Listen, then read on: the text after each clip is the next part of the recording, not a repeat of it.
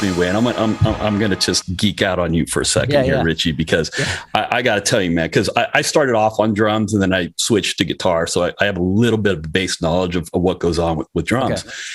And the one thing that I noticed about you that is so unique, that you're not playing the same beat for 16 measures.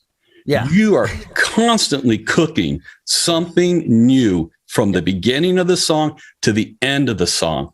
And it's interesting. It's its own songwriting. Yeah. And one of the things I love about your playing that you do is when you're playing and you're in a beat, the way you incorporate your toms in the beats. I freaking love how you do that. Absolutely beautiful, beautiful, beautiful. I'll talk more about your playing as we get further down in here, because we're going to get into some more detailed stuff with your playing. But so I came across a documentary from you guys that I absolutely loved watching it. It was the tour of Japan back in November 2019. Man, that was really well done. First of all, I loved the documentary. I loved just the feel of it and the background music and the look of it. It's a beautiful documentary. So, man, what was your, like, was that a mind-blowing experience for you to go out of that comfort zone? It was awesome. So I'm really intrigued by history, and cultures are really cool. And Japan was awesome because, first of all, it's culture shock, right? Like, I'm from Texas. You can't get far. You can't get further than this. No.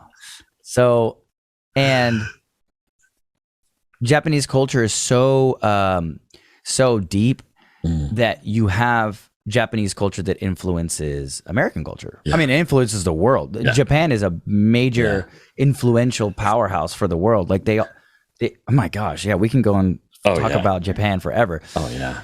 But the experience was really cool because I got to see a different piece of the world, firstly. And to me, that's cool, right? But also, as I was mentioning about the culture shock, I got to experience something quite different. Europe is amazing and has, oh my gosh, the depth and history of Europe is phenomenal. Yeah. But like, I'm Hispanic. I speak Spanish. Yeah. You know, so like at one point we came from Spain, you know, and so like Spanish speakers came from Spain. And so going to Spain was like, okay, everyone speaks Spanish. Yeah. Going to Italy is like, okay, this is just Spanish, but a little more romantic. Exactly. And then going to France, this was like, well, my tongue doesn't work anymore. And so it's like, okay, this is different. And then you go to Japan. I'm Chinese. So like in Asia in general, like experiencing, I know China and Japan are completely different countries and cultures. But knowing that I got to get a taste of Asian culture, and some of it, I know I wasn't there for long, but some of it was so sick. Wow. The food was freaking dope. Wow. But the what was most impressive was the hospitality. Oh, wow. I mean, they treat you really well. They're amazing. They have a really big sense of like dignity and self-respect, you know, and every country probably has their issues. I get that, but they really understand like respect, and you know, you got to be dignified and you have to have some sense of honor, and like that exists in the Hispanic community to a certain degree. And that was cool because their streets are clean. The like I said, the way they treat guests is phenomenal. And the fact that like everything's an art. Like the way that you direct someone to the bathroom is an art. Like they're serious. So man, it was phenomenal. It was I have a lot of favorite places, and that so far is my favorite place. And how long were you guys out there for the tour? For like 4 days, and we played 2, and we played 2 and we're off 2, or played 2 and we're off 1. Oh, it was short. Like a lot long. Yeah, it was short. Short. Yeah. It was short. And we got to experience Japan pretty nicely, which is, I cannot wait to go back. Wow. Japan's cool, man. That's a nice tight little tour. If you're only gone for that long, then you're not just dragging yourself around out there in a foreign country. You're like, oh, this is enough to get a taste of it and get excited about it and want to come back. Japanese Japanese culture is really cool. Man. Like I already thought that before going to Japan. I just came back loving Japan even more. Like, Japanese people are cool. The culture's cool. The country's cool. And like I said, like people all over the world are probably like, oh man, you think that because you don't live there, but I hate living here. The grass is always greener, right? Yeah. But experiencing it was great. Like as far as the language was concerned, I mean, there's enough English speakers there for you to get everything you needed to do. If you need to get that good ramen in you, you could ask somebody in English and they're not going to stare at you. Yeah, and luckily we have our super good, one of our teammates / Japanese manager was there, so he was our guide. That'd be Kenji. Yeah, he's dope. Kenji's yeah, man. That's awesome. Kenji is big. Kenji is Big Papa. Oh, that's so cool. He's so sweet. He's very diligent. Yeah, man. Like back to the diligence thing is like we connect ourselves with people that are like-minded and like to work hard and like to push. Yeah. Yeah, and Kenji's the man when it comes to that stuff. Like he represents us over there so nicely. So he was guiding us and he was our tour guide. And he was like, go here, go here. Wow. Oh, dude, it's so sick. It cracks me up how you guys first kind of, passed over his invitation to begin with, because, bands get that kind of stuff all the time. And you're like, and also check this out. When there are 5 dudes in charge of the email address, a lot of stuff gets like swept under the rug. And that's not because like we don't care, but it's because it's 5 people with the email address. Somebody deleted, Yeah, it's like, someone can be deleted. We have so many inside jokes about all these things. It's so funny. Yeah. Oh man. So yeah, dude. When you guys going out and perform, is there a tune that you look forward to, man? Like, is there the one tune that you're like, this is the one I look forward to all night? Or are they all just killer for you? How do you feel about that? Is there a favorite tune? YYZ. Guys, you guys rock that. Yeah. No.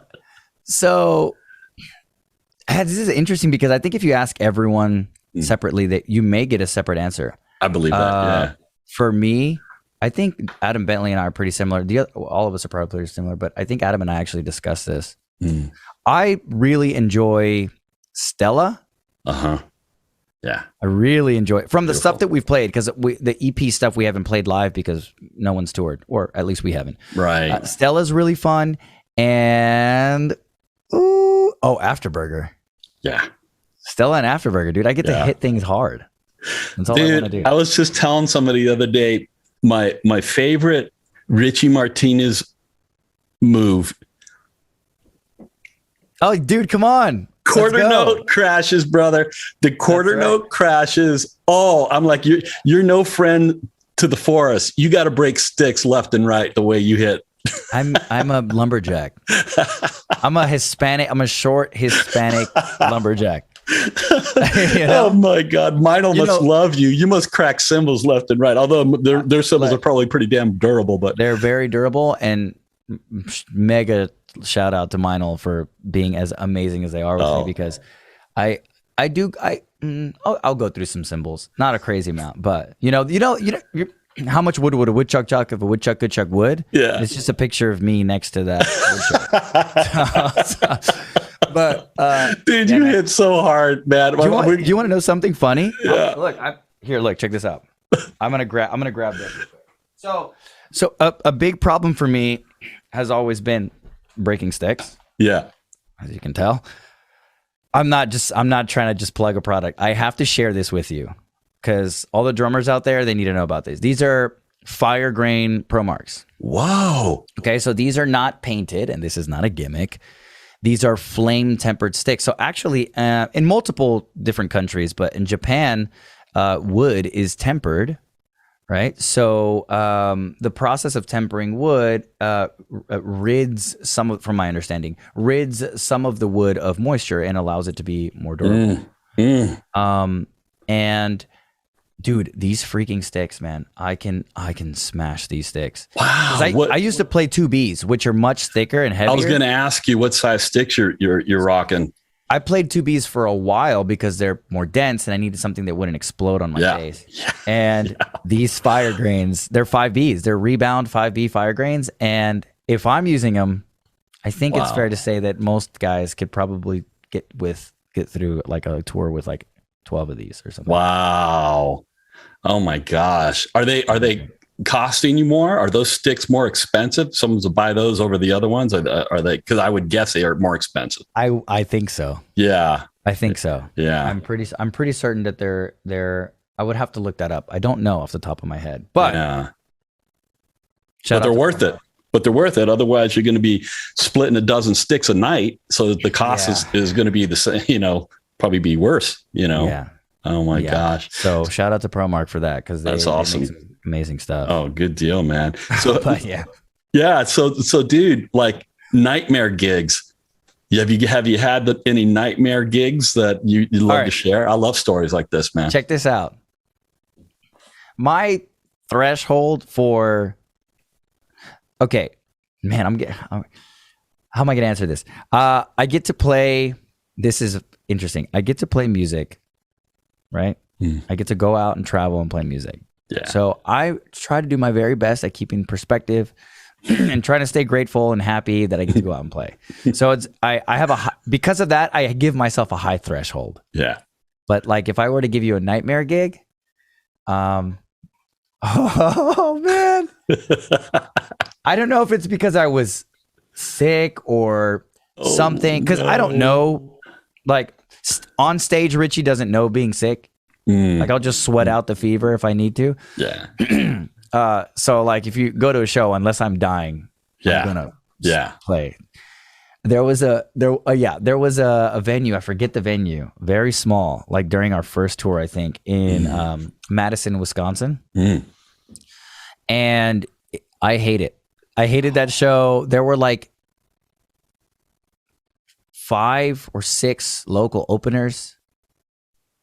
Dude, it was so all right. I'm gonna be real with you. It sucked. By the time we played, it was like midnight. Oh God! And it's like, why are we playing at midnight? Oh, I freaking hate that. And there's like, because you're the headliner. Right? Yeah. Screw that crap.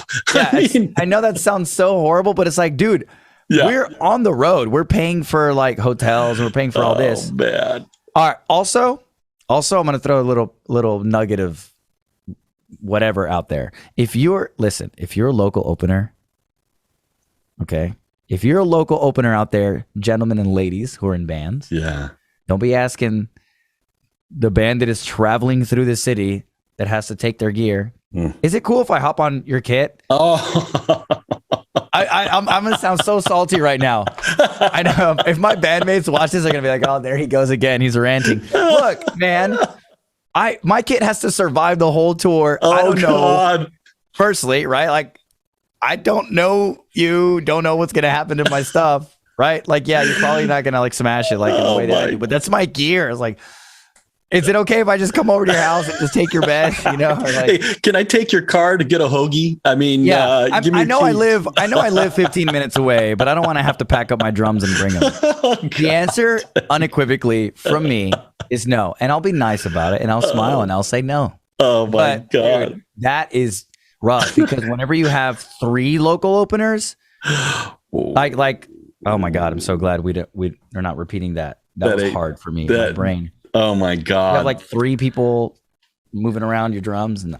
Oh no, man. And I'm a really down to earth person, but when it comes to my gear, like, man, that's no. Oh no. I mean, yeah. I mean, well, you're on a different level, and you're playing with people who are kind of like this is their side thing, or weekend warriors, and they don't fully understand that. It's like, Dad, don't touch my stuff. I mean, these drums are tuned. Everything is in position. Yeah. I promise I'm not a douche. Okay. I promise. I'll take you out for a coffee and we'll hang out, but don't touch my drums. Yeah, exactly. This is not Step Brothers. It would become Step Brothers very quickly. Right. Did you touch my drums? Yeah.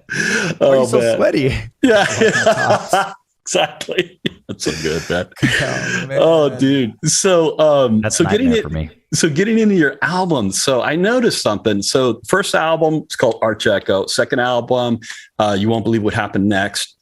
The latest release is Story One, and it's an EP. So tell me about why you guys decided to go with an EP for the third release. Because we're lazy. Oh, get out of here. So no. That's a good question. EPs are fun. Well, see, you gave yourselves an out because it's called Story One, and you could split it like that because Story Two could be the rest of the album. So you know, you're fine. You're good. I'm gonna start a conspiracy amongst the fans. Do it. There will never be a Story 2. Oh shit! I don't know. I said a statement. I don't know if that's true. I don't know if that's false. Story 1. Okay, that's sick. That must mean we can look forward to Story 2.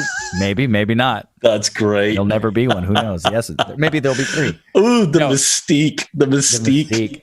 I can't wait for the comments. EPs are fun because, like, in theory, you can put out more of them and have more stuff regularly. Now, for us, that hasn't been the case. So, 2 of us are married. Well, one of our bandmates is newly married. So congratulations to Adam Rafowitz. Oh, right on. Joey and I have kids. I'm expecting another child. Dude, we've been pumping them out like a conveyor belt. So it's been very difficult to like balance that and write more. But in theory, the idea was let's do more EPs because we love to create music. That's we kind of enjoy it. And so that's why we put out an EP. What's the idea of trolling the fans and never releasing a Story 2? That makes total sense, though. I mean, it's got to work for your lifestyles too, man. I mean, yeah, you guys are in a band and all that, but you know, you guys are young. You're starting families, and hey, if you want anything from Arch Echo, you're going to take what we give you, man. Right, you're going to like it. Don't touch my drums. You're going to like it. Don't touch my drums. No, I've had the most busy month and a half / 2 months of my life. Wow. I don't even want to look at my cell phone on certain days because like between obviously like between family and different work obligations and like it can be crazy. So right now we actually finished not finished, but the recording process for one of our singles is done. And you know, so we're in the process of getting that finished so we can release it. And we posted pictures of a new video that we have coming out with it. I don't know when. We have ideas of when we'd like for this to release. I don't know exactly when, but it will be very soon. And but it's so crazy because if you try to balance all of that with like the fact that we have family, my son's gonna be born in March. Wow. We're going to be on tour in March. Oh my gosh. Congratulations. I have a sub. Man. Thank you. But I have a sub coming in for a couple of days. Someone's subbing on drums? It took a while to find. Who? He's one of my students, believe it or not. Oh, okay. Well, that makes sense then. His name is Caden the man. Let me see what his Instagram is. Wow. Because he's great and he's up and coming and he's young and I wanted to test him heavily with this. That's and I think he's going to not only pass the test, but he's going to ace the test. That's great. So it's just his name, Caden Brenneman on Instagram. He's young. Like I said, he's 22. And man, so I'm going to fly back home for the birth of my son and then fly back to finish the shows. Wow. So I'll be missing a few and trying to balance all that is crazy, right? So in theory, the idea of releasing an EP was so we could pump out more content, but oh my, life has been crazy. Yeah. I mean, geez. I mean, things are different these days. You know, back in the early days, you released an album. It was a tangible thing that you held in your hand. Now you could release singles and just do that if you wanted to. Yeah. You know, so it's a different time that we're in, man. Some of your song titles are really provocative, man. And if you know the answer, you may not know the answers to all this, but Afterburger, how did that name come up? What's the story? We can all thank Joey Izzo's dad for that. Oh, shoot. Yeah. From my understanding, there was an interaction where I think Joey would be able to tell you for sure. And from my understanding, the song or the idea of the song was shown to Joey's dad, and he made a comment about afterburners, like on a rocket ship or something. Yeah. From my understanding, afterburners. Yeah. He has a way with words, and then Joey just took afterburner and he said afterburger for whatever reason, and then it became afterburger. Oh, that's good. So that's afterburger. Oh my gosh. What about hip dipper? So hip dipper, dude. Okay, Adam Rafowitz. Either Joey or Rafowitz are probably like the best for that, but it's supposed to be a play on this idea of a dance. So hip dipper, this does not exist anywhere, and I wish I could find it. But the original demo of hip dipper had Adam Rafowitz's voice before the song saying, he said, "Do the hip dipper." Oh, and it's supposed to be like a dance, but it was like it was like in a 50s radio DJ voice. Right. And then it was like, "Do the hip dipper." That's great. And if you Google hip dipper, you get like some squeegee sheath. I don't know if it's weird. Anyway, unrelated to hip dipper, but that's essentially hip dipper. Oh, man. I got to find that original demo because I need his voice. And then we rewinded it, or we like did it in reverse, and we're weirdos. That'd be fun. Oh man, that's fun. I'm surprised you left it out.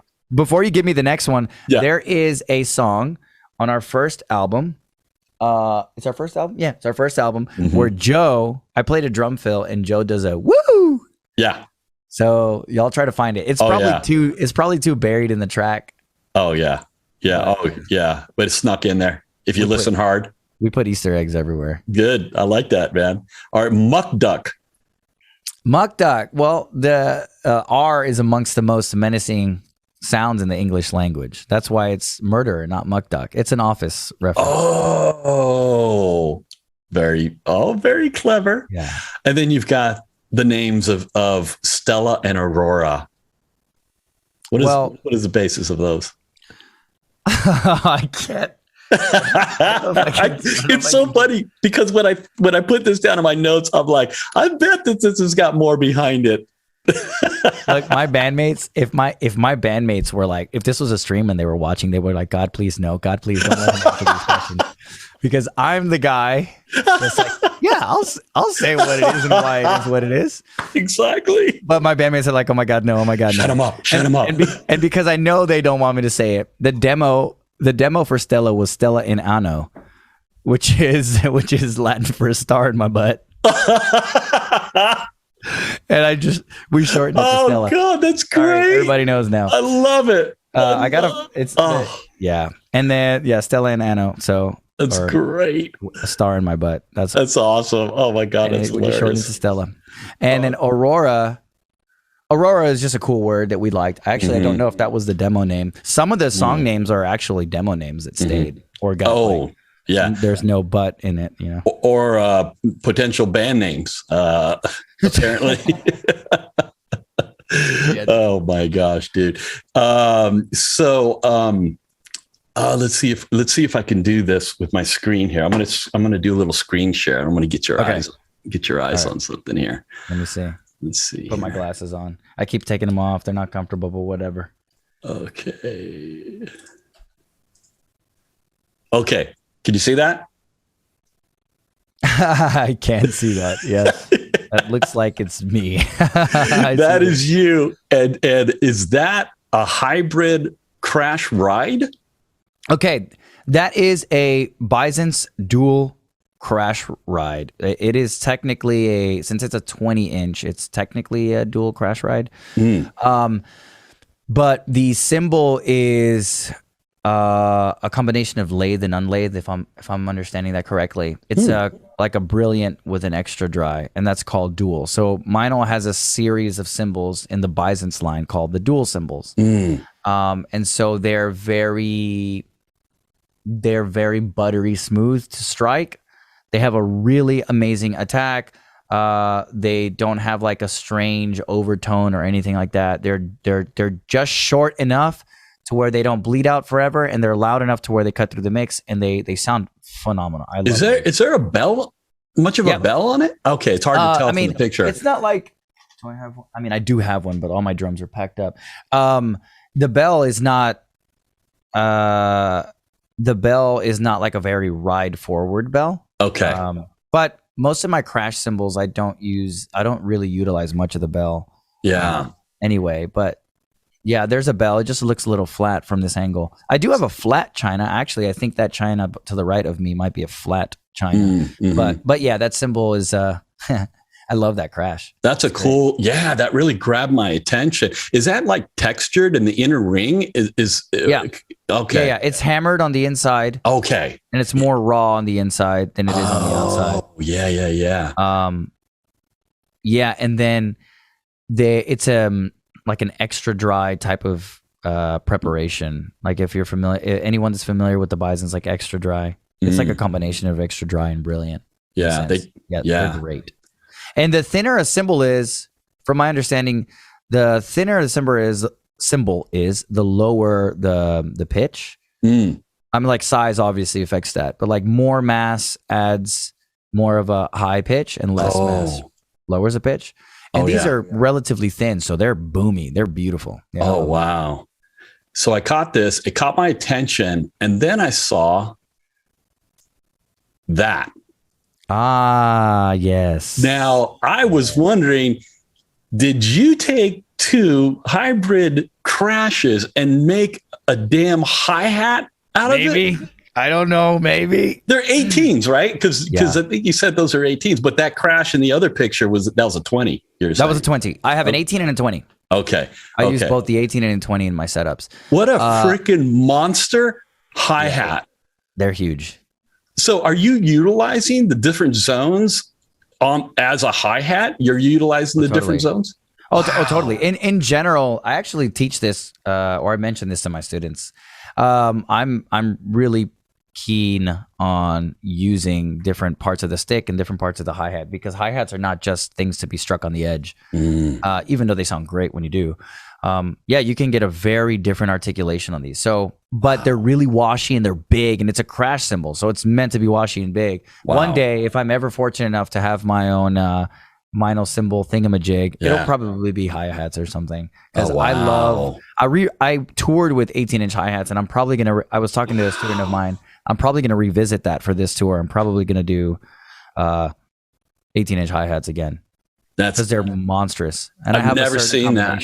I have a certain combination of cymbals that I like. And so the first guy I've ever seen, and probably only that I've ever seen do it, that kind of like inspired me to try it, was Thomas Pridgeon. I'm playing with for anyone who's curious, my daughter has a little rubber chicken that is actually a slingshot. Nice. So I have it on my desk and I play with it. Thomas Pridgeon was the first person that I saw do that, and I just like ran with the idea. And, Yeah, I just saw him on a Zildjian Live performance. Thomas Pridgeon. Yeah, he's good. Freaking amazing.